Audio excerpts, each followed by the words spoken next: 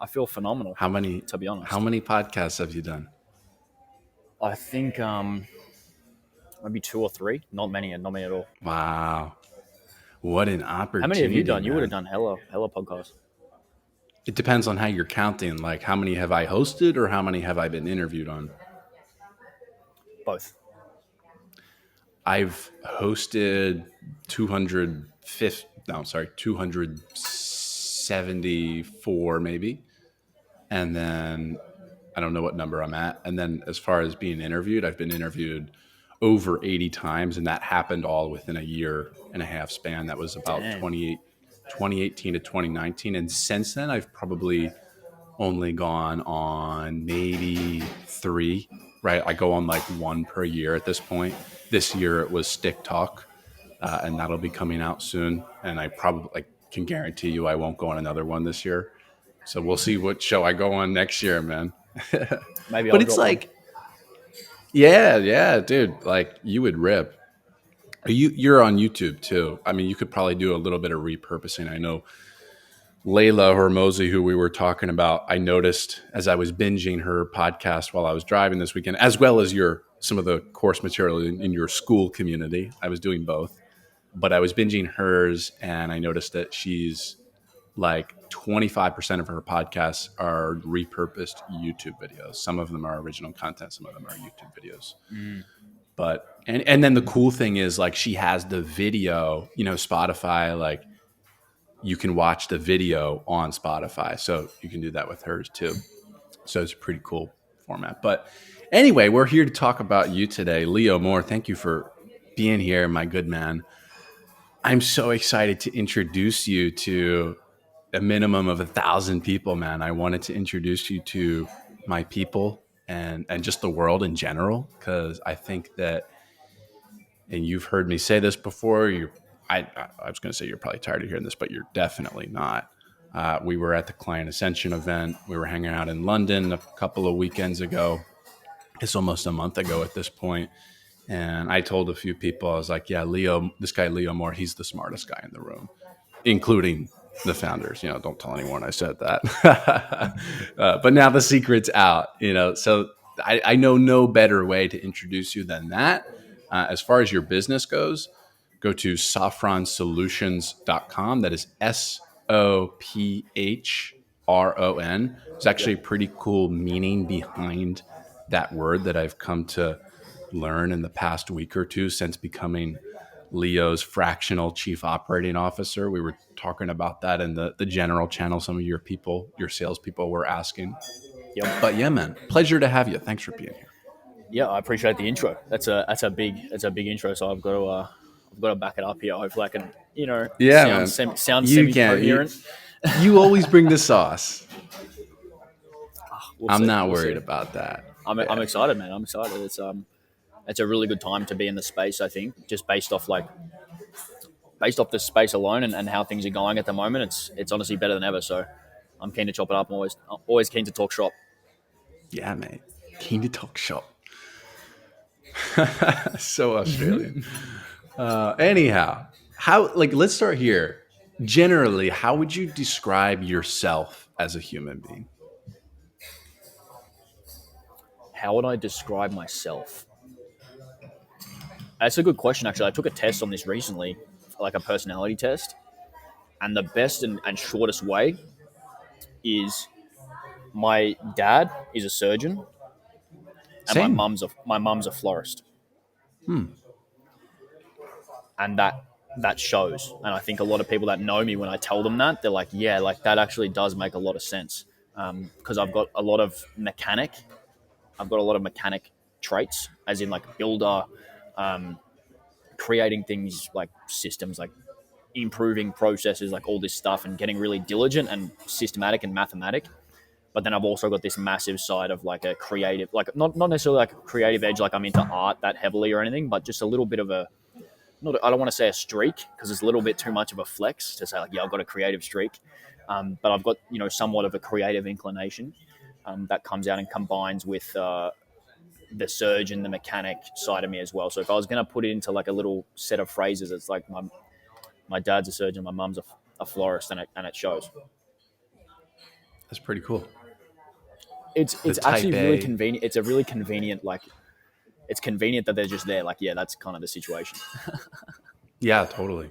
So growing up then, what was your life like? What was your upbringing like?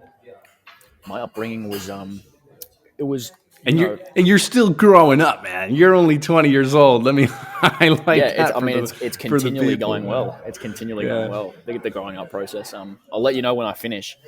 Um, Yeah. but yeah, no, it was Man, good. We were always, what are you gonna be when you grow up, bro? I'm I don't kidding. I'm know. kidding. We'll see. I'll find out. Maybe a footy player or something like that. But yeah, no. So growing up, it was fairly comfortable a lot of the time. Like, we were never really under pressure financially. Too difficult too difficult. Like, it was obviously, you have your troubles as a kid, just like kid stuff. But generally, like, in terms of macro, I think I had an absolutely perfect childhood where I had, you know, the perfect mix of comfort and discomfort and growth. I think I was really Mm, fortunate to be able to say that, where I was under pressure, but not really enough pressure that I would ever break or have any crazy events or anything like that. But it yeah. did help me grow and accelerate really quickly. And that was just maybe it was an ego thing, but I always just wanted to be the best. I wanted to be excellent. I always wanted to get straight A's, play in the first squad or the first team or the A team, whatever it may be. I always wanted to figure out, like, how can I contribute to the community as well? How can I be in leadership positions at school or whatever it is, or try and just like reach the top of all the games that I was playing. And I'm not sure what the reason for that was. It was just kind of how the cookie crumbled. Yeah. And then included with all the sort of great mix of stress and comfort, I think that's Mm. why I think I literally just could not have asked for any more from the relationships and teachers that I was able to have and mentors and stuff like that. Because yeah, I feel like not many people can say they entered adulthood feeling really equipped, but I felt really growing up like absolutely loved it, like super It's equipped so now. I feel like, important yeah, underscoring that balance of comfort and discomfort because yep, a lot of times it's an extreme in comfort. Some kids, they come into the real world, myself included. I'm talking about myself here, FYI, little hint. They come into the world and they've never really done anything that's hard. They've never really been challenged because their problems kind of got solved for them, and they, people like me come into the world at like at the adult world, kind of at that disadvantage, right? Um, but now I've taken that and there's no excuse for like it's a real loser type thing to point to your upbringing and say that's why I'm not successful. Like that's no excuse at all whatsoever. So, yep. but that's really cool, man, that you had that good balance and you were able to solve challenges and do that, man. But anyway, moving on, how would you describe then what you do? What do you do in your business? That's a great question. Essentially, it's I put the mechanism on it, fractional CRO, but really it's basically just focusing on growth. And my thesis for growth is currently sort of asset based selling. So you see a lot of people have figured out a lot of the tactics, a lot of the LinkedIn connection request automations, a lot of the cold email automations, a lot of that stuff I see has been figured out. So naturally, based on Eugene Schwartz's market sophistication theory, I just saw if you are going to continue to sell and you're going to continue to be active in a marketplace, you really need to get closer at identifying with the prospect. And just based on the trends of 2023 and where things are going in terms of digitization and video and YouTube and assets and stuff like that, and using all the tech that we have available, it's basically just leveraging that with direct response copywriting and sales acumen to just grow B2B companies. That's kind of like Yeah. it's pretty complex, but really it's just growing with assets like sales assets, Yeah. and sales processes and stuff like that. It's good fun. Now, I can tell you're having fun. It's quite evident to me. How would you describe Leo to a 65, 70-year old, maybe a grandparent in one sentence? How would you describe to them what you do? To a 65-year-old, it's like, did you ever watch on the news where they were promoting some type of product and there was a guy that was kind of sleazy and it'd be on an ad and he'd be promoting like a blender or a supplement or something that's going Hmm. to absolutely change your life. It's basically like leveraging that uh, in 2023, but to businesses. That's probably I don't even know if old people would understand or 65-year-olds would understand that mechanism, but like that's probably the closest I can get, to be honest. It's kind of a Yeah, very niche thing, and it's a little bit like if you know, you know. totally. It's challenging. That question's very challenging no matter what business you have. I feel like in the digital space, it's very challenging to describe to Yeah, to you probably had grandparents me and stumped. to people of that age. Yeah, yeah. So your thesis, you kind of touch on it here, which is this sea of clones thing. Where did you come up with that? It was pretty much just by looking in the market and being like I would be on calls and all I would ever hear is how are you different, and everyone would always say like, oh yeah, like, I've got 10 of these emails today, or I've got 30 of these emails, or I see this type of video all the time, like it's the same thing that I've seen. And I'm like, you know what, I'm like, they're actually quite correct. They're correct. Yeah. There's agencies, B2B company, like everything has been like a lot of the stuff's been done. So the only way to out position people is not only at the marketing level with the assets, but to really identify with them closely in terms of the products and the offers that you direct to them. Because a lot of people think an offer is just a headline that you have on your website, especially in the internet marketing space, or the offer is just like the one sentence thing that Hormozy said. But in reality, the product is the offer. The offer is this is what we're going to do to get X result.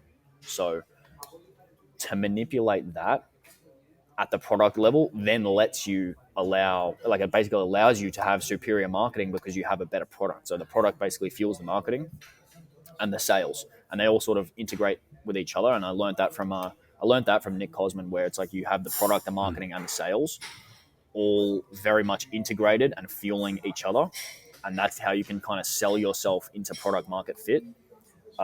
It's honestly, when I learned that from Cosman, that was one of the most remarkable things like I'd ever even seen. Like it was crazy Mm. when I learned that from him. I was like, holy moly, like that's completely crazy because it makes so much sense and it just works if you apply it in the current like marketplace.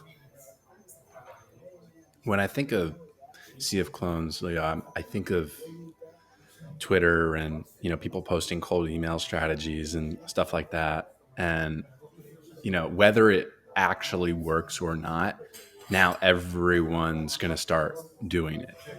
And then even so, if it does work, now it's no longer going to work because now everyone's doing it. Like by the time that you're hearing about it Mm. on Twitter or LinkedIn or YouTube, like it's kind of too late in most cases. Like, is Yep. there anything that you listen to and actually take note of on these platforms? The short answer is pretty much no, because I feel like if I want to be like the thought leader, I can only really get the data from the market itself that I'm trying to sell into.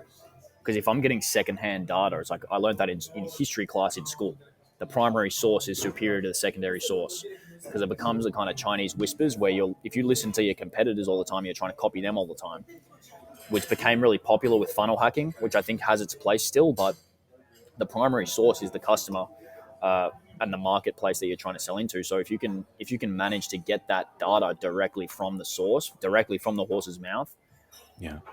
it's going to be more accurate than the data that you get from your competitors' marketing assets or your competitors' products or stuff like that, because your competitor is distilled it once, and then when you get it, that means it's been distilled twice. So you Yeah. have to just get as close as you can to the accurate. Yeah. I'm curious to ask you this next question, then banking off that, because I think that you're one of in our space right now, you're one of the most brilliant market positioning, product market fit guys, right? Like that's kind of your area. And if you really want to dumb it down, like marketing, you're one of the premier marketing minds in our space. So how I know you're big into market research, as you're kind of talking about here. Like, how do you go to the horse's mouth? How do you do that? It's got to be sales, really. Like it really, there's nothing else other than sales, because when you're talking to the customer, a lot of the time they're going to tell you what they want. Like you can just ask them. I mean, I think a lot of people make it really complicated. trying to figure out like they're trying to do like mind tricks and stuff like that. But I think if you take 1,000 sales calls, you're going to have a pretty good idea of what works and what doesn't work and what they want and what they don't want. Yeah. So if you can just aggregate data from the sales calls, that's why with all my clients, I always review all their sales calls, not even from a training perspective, although like obviously you want to help them get better at sales, but really because the sales calls are going to have the direct like syntax and the direct phrasing and messaging that you're going to need to go and put out in your marketing to attract more people that are ideal for you. Yeah. So with sales, like it really just becomes a question of how do you book calls. Sometimes like I've seen people offer AirPods to book a call because that's how valuable the data was going to be. So like the data really like you should be sacrificing a lot in order to get data. So like you should be giving a lot to the market in order to get the calls to get the data. So Because like if basically, you, just talk to the people. yeah, but Yeah. there's also like if you look at an AI company, they get data by using the product, and then their moat becomes the amount of user data that they have because they know exactly what the user wants them to build. So even at the high level of like AI, the stuff that they congregate from like think about ChatGPT, like the stuff that ChatGPT has in its system now because it's gotten used so much, they know exactly what to build because Totally. they get told from the Yeah. direct consumer. Yeah. And highlighting for the listeners a glossary term that you just glossed over there, a moat.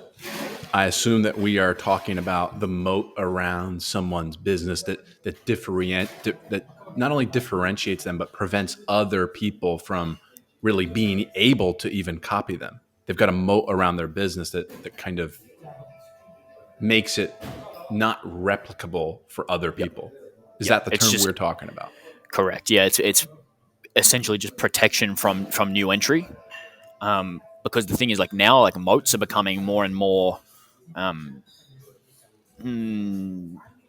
like impregnable or more and more pregnable like because of the Pregnant? information that's available. Yeah, I don't want to say like they're becoming weaker. Moats are becoming weaker. That's a much easier way Oh, of saying it. It's a much more less weird way of how saying it. come, man?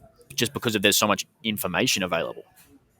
Like there's just like if Totally. you want to learn if you want to learn how to code a new piece of tech, like there's probably going to be a couple of people that can do that. So it's really like it becomes the first mover's advantage. It becomes the case studies, the social proof. It becomes the brand. It becomes all the stuff that happens below is really what becomes the moat. Yeah, that's what I'm saying anyway. So, how do you think about Leo? And we've kind of touched on a lot of this already, but if you're an entrepreneur doing under $10,000, $15,000 per month in the digital Yep. space, how do you think about? How would you suggest that they think about their offer? Unbiasedly. Because yeah, yeah. Oh wow, yeah, dude, that's a big one. That's a big one. Like there, you get attached to like what you want to do and what you want to sell, and it's not really like what the market wants. Exactly. Like, and I think this the perfect example of it is like people will look down on coaching programs and courses and stuff like that, but in reality, they only exist because it's what the marketplace wants.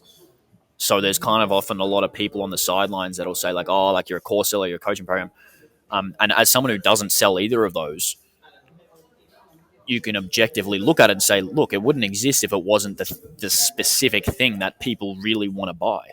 So really, the person who's selling whatever it is that's flying off the shelves is always the one that's a bit more clued in because they're understanding like, hey, maybe this style of offer is more in vogue right now than potentially another style of offer, or this has more sales velocity than another type of offer. And it can be hard to balance that with shiny object syndrome and stuff like that. But truthfully, the only way to think about offers is to think about what do people actually want, why do they want it, and why would they potentially not want it, and to look at building your service the same way that a software would look at building their product, which is to get feedback from their customers and their potential customers, and to basically find out like what is the real where's like the highest point of leverage in terms of how much value I can drive. Like where is that? Because if you figure out the exact point, you can sell whatever you want. Yeah. Now, in a lot of industries today, I mean, you talk about it in your school course, you talk about it on Twitter, which I guess is at Leo X on Twitter, right? Uh, LX more underscore. LX more, right? So you talk about the 5 levels, and you mentioned it at the beginning of this podcast as well, which you didn't come up with, but you know it better than like anybody that I know. The 5 levels of market sophistication, and people can learn about the 5 levels of market sophistication probably online or even in your school course. You talk about it very elegantly, but the fifth level. I was listening to you yesterday or 2 days ago in your school course talking about identify, in that level of market sophistication, you have to be able to identify with the prospect, right? So like Yep. how do you actually tactically go about identifying with your prospect so that you can be successful in selling what you're trying to sell? Yeah, it's a great question. I think most people will think that it's a brand. Like if you have a brand and they watch your YouTube videos and stuff like that, that's a great way of doing it. That's probably the easiest way of doing it is to have a personal brand. But if you can't have a That's a personal brand because different it takes level, too right? long, that's the same level. Because level 5, Oh. people normally say you have to have a brand. That's what like kind Mm. of the that's what people say typically. Like because they haven't like gone straight from the text, they've kind of got secondhand data, secondary source. But if you really like, if you read breakthrough advertising, it's like no, you have to identify with the prospect. So like you said, it becomes a question of how do you do that, and it's really by targeting their current state, so their state 1. So for example, if someone's really craving bread, like they're craving a piece of toast, and you say, hey, do you want a piece of toast? And they haven't told you they want a piece of toast, you just tell them, do you want a piece of toast? You ask them, do you want a piece of toast? With no added context, they're going to be perked up. And he's like, oh my God, how'd you know that? Like, you just offered me a piece of toast. Like, that's perfect. Like, it's my perfect solution for my specific situation in this random day on a Monday afternoon where I wanted a piece of toast. You asked me that, and it resonated with me. So that was Mm. their current state. So if you can do that on a broader level, and say, for example, someone wants more leads, but they don't want any regular leads, and they don't want a high number of leads. They just want a specific low volume of high quality leads. If you can offer them that specifically rather than just leads, and you can call out that they look, I know you don't want a lot of leads, you just want a couple of really good ones. If you can call that out specifically, it's going to resonate much more. And it's just like the granular copywriting stuff that you can do to sort of stand out against the sea of clones. Hmm. And that requires a lot of hitting the pavement, as they say in door-to-door sales, talking to the customers and just doing the hard work to like understand the problem that you're solving and what people are looking for you to solve. Is that a fair assessment or no? 100%. That's Yeah. really like, if you're not on sales calls and you're not like accumulating data, it Yeah. can be really difficult. So, I mean, if you have a sales team, you really have to like put a big focus on getting the information from the sales team to go and deploy that in the Yep. marketing messaging, and even deploy that on the product Yep. level as well. Well, look, Theo, it's a law of power, that Robert Greene talks about in the 48 Laws of Power. It's don't isolate yourself. Don't build, the same walls that you build and on your around your castle to protect you actually keeps valuable information out as well. It kind of it detaches you from the truth and your people and the Yep. word on the street, which is super important if you're trying to grow a business and make some real money in this space. Yep. Exactly right. Like every single person that has bought from me has pretty much said, you just hit the nail on the head. You Yeah, you essentially do. just, yeah. And that's very powerful in terms of like being able to do that. Just it takes so many calories. So when someone says that, I'm like, oh, thank God. Like thank God, like something I just made up is like resonating, because it does Mm, it does take a lot of work on the calls and reviewing the calls yeah, and doing the research. So yeah, yeah, when it yeah. does happen, it works like crazy. Mm. Tactical question for you here, Leo. You talk about getting the right data out of sales calls. So, what data points? That's such a funny shirt. It's a landscaping shirt. The landscaper is out there. He's got a shirt that says "We can please your wife." That's the landscape company shirt. That's good I guess copy. yeah, it's good coffee. Yes, there's a billboard like that around here too. But oh man, another good one, totally off topic that I saw the other day was child support, $600 every month. Vasectomy, $600 one time. I was It's a good like, offer. dang. So, anyway, yeah, back to the tactical question here, my man. So, like, what is there? Are there any like data points you would recommend people jot down in their CRM, right, as it pertains to a particular lead or opportunity? Of course, you can go back and do the hard work afterwards and analyze the calls, but if you can just do the call and jot down, a specific set of data points, that's obviously Yeah. a lot more efficient than going back and watching 100 calls. Yeah, so a really good place to start is just what they've tried. So what are the solutions that are currently getting offered in the market?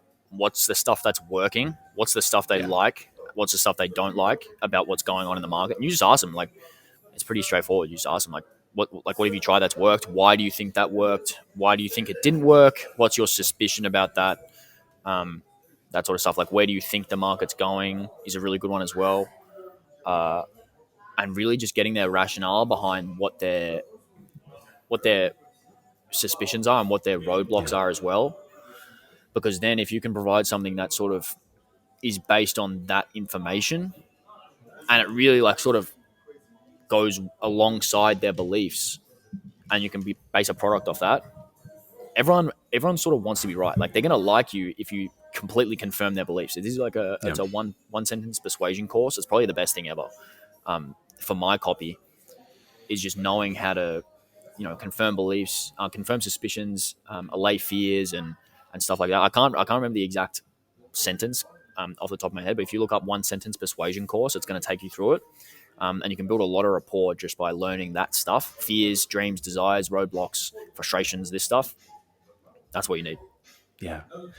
Well, hearing that, speaking of confirming your beliefs, that's very good validation for me because I've got a set of questions on our Calendly booking form on the website at ZeusOS.co because I'm not going to tell listeners the questions here because I don't want them to copy it. They can go look at the calendar on the website if they'd like, though, and see the questions because it basically before a prospect even comes to a meeting with me, I have the answers to at least some of those questions that you're talking about right here. I'll talk to you about them later. I think you'll really like what I have on my Calendly. But anyway, man, I do want to wrap up here in the next 5 minutes. There's two more things I want to talk about. I guess really three, but trends, because you have such an eye for trends, what's coming around the corner, what's the next big thing, what's not working anymore. I don't want you to point out really like what's coming up around the corner because then everyone's going to kind of flock to it. But what are some things that people are doing in our space right now that they think is still working, but they're actually not working? Yeah, it's an interesting point because the thing that's not working is copycatting. Yeah. That's the thing that's not working because what I've seen honestly is, especially when you're so close to the market and you have that creative edge where you just make stuff up and put it out in the market and it works, it's very frequent that people Yep. will pick up on a couple of things that you say and then redeploy that or repurpose it. And I think honestly, long term, there could not be a worse thing to do than copy paste Yeah. someone's IP, someone's business model, someone's Yep. thesis, someone's ideas, and play them off as their own. Simply because over a long enough time span, there might be one or two people in the market that have seen like, oh, you've taken that from that guy. And if you sort of are sleazy about that and you don't pay homage, you can lose a lot of rapport, and it's probably, I don't know, sometimes you might lose less rapport than the amount of rapport you build by taking someone's ideas and stuff like that. But Yeah. me personally, if I see someone's, repurposed stuff and they haven't, given, direct, like, hey, this was really good, I learned this from that person. And I did it early in the school with Cosman, because he's a big one that people do that to. That's something I not necessarily look down upon, but it's really difficult to see that and think that's a great idea. Mm-hmm. I sort of see that a lot these days, specifically on Twitter, because that's Yes. kind of I don't know, it's like a trend, Yes. and it's kind of increasing in relevance. Yeah, if I was talking to someone that was sort of just getting started, I would say, look, go and get your own data and make your own stuff. Like, yeah, take inspiration, do it. Like, there's proven stuff out there, use it, and then build your own stuff off it. And that's going to be where you make your most money. You're going to make the most value is when you see what's in the market and make it better, because that's Mm. the name of the game. That's innovation. That's entrepreneurship. That's like what it all is to me. And maybe I'm just sort of a bit touchy about it recently, because of like what's happened recently in the market. But that's kind of front of mind for me. So that's kind of what comes to mind Yeah. here. Well, this leads perfectly into the next topic of conversation, which is like, what's the solution to that? And you kind of said it there, which is to basically get creative. Now, I wanted to ask you this question. I've been excited to, because you're a very creative individual. I've seen your work, very creative, like off the charts. What is your process for getting creative, so to say, if there is such a process? How do you do that on a It's kind of daily tough. basis? It's kind of tough because I mean, this because you've seen under the hood of my business and stuff like that. But it's very difficult to turn it into a process and try and train someone to do the same stuff that I Mm-hmm. do, because I'm in the process of distilling it down to, like, hey, if you want to do this, just do this. It's like kind of tough because I kind of just make a lot of the stuff that I like. I kind of just make it all up, to be honest. And I'm pretty transparent about that. Like, a lot of the ideas and theses that I have, like, I just look in the market, like what's going on, and then I just make it up. And then it either works or it doesn't work, and I take that as feedback to my strategy. If it doesn't work, it's like, okay, I'm just going to do it again and do it better, or try to do it better. And then over time, if you just never stop, my kind of idea is that if I just don't stop doing it, like, I'm going to test enough stuff that it's going to work at some point. And whether that's an access channel, whether that's an offer, whether that's a niche, whether it's just a set of ideas, if it's working and it's generating value in the marketplace, it's like, yeah, that's a good thing. If not, then it's like, okay, maybe that was a less good thing, or maybe it was a bad thing. Um, I'm very unattached to the ideas, just because I think it's better that way. Yeah, sorry if that's probably a bad answer about how to do it, but I'll figure it out one day. I think it's honestly a deficiency of mine that I haven't been able to make it a process yet, and I'll work on that. Maybe I'll come back next time and I'll have the process down. Yeah. Any routines that kind of actions that usually precede getting into flow? Like, for example, I always sit down in this one chair, or I have a cup of coffee. Is there any like rituals like that? It's interesting because if I'm feeling clogged, I'll just go for a walk. Yeah. Every Saturday morning when I'm in my routine, I'll go to the gym, I'll do cardio, and then I'll get in the sauna, and then I'll have a cold shower, and then I'll go get a smoothie from a specific place.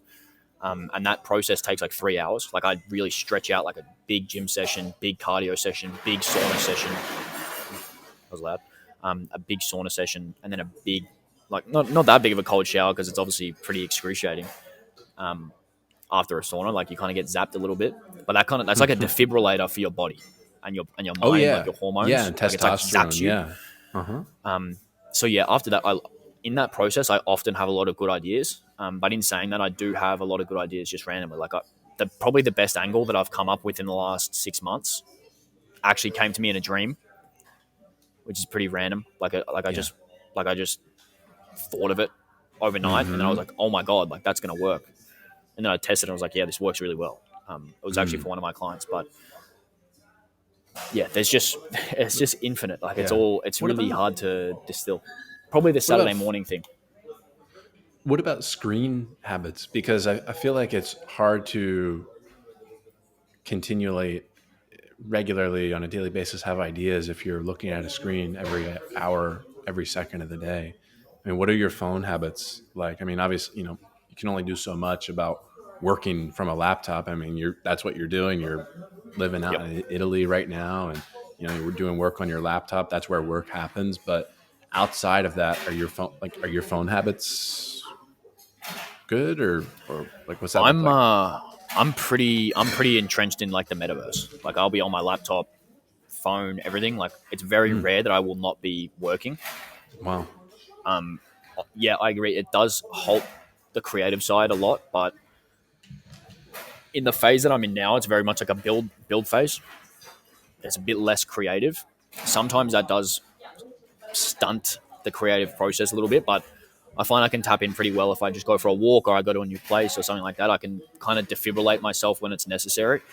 But it's definitely calculated to, like, I'm very aware of like how much should I be working? Should I, take a step back? And at times potentially to a knee jerk reaction where it's like, shit, I need to go over here. I need to do this. And it's like almost like a neurotic process. But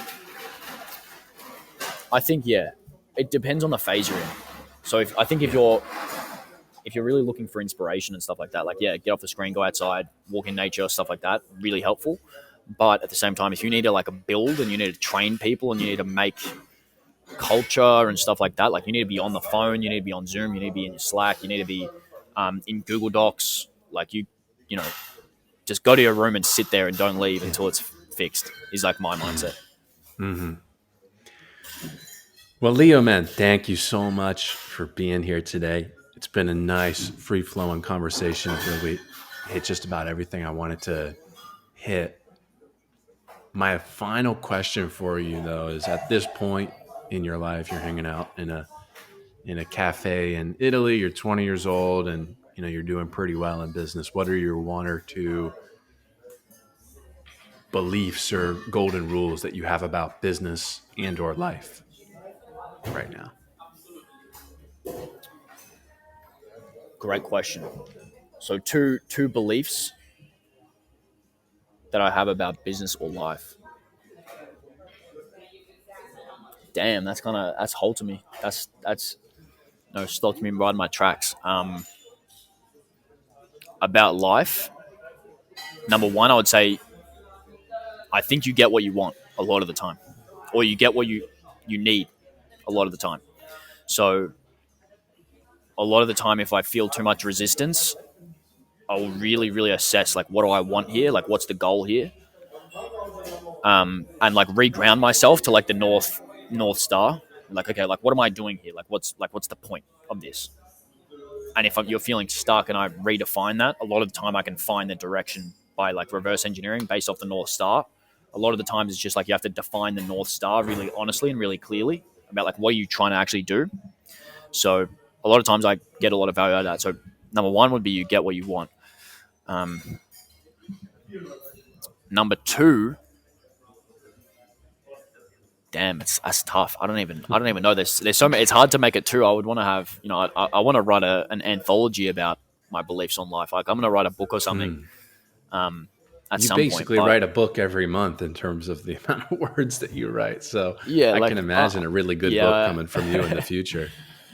I'm gonna have to spit one out at some point for sure. I'll Yeah, do a memoir or something like that. Probably be pretty dude, boring, but it's gonna be such a badass book just with your copywriting ability. Just a pleasure to read and a pleasure to be here with you today. At LXMore underscore on Twitter. Leo Moore is there, as well as saffronsolutions.com. You can learn more about his business and inquire there. Leo, you are the man. Thank you very much for being here. appreciate the time, man. Thanks for having me on.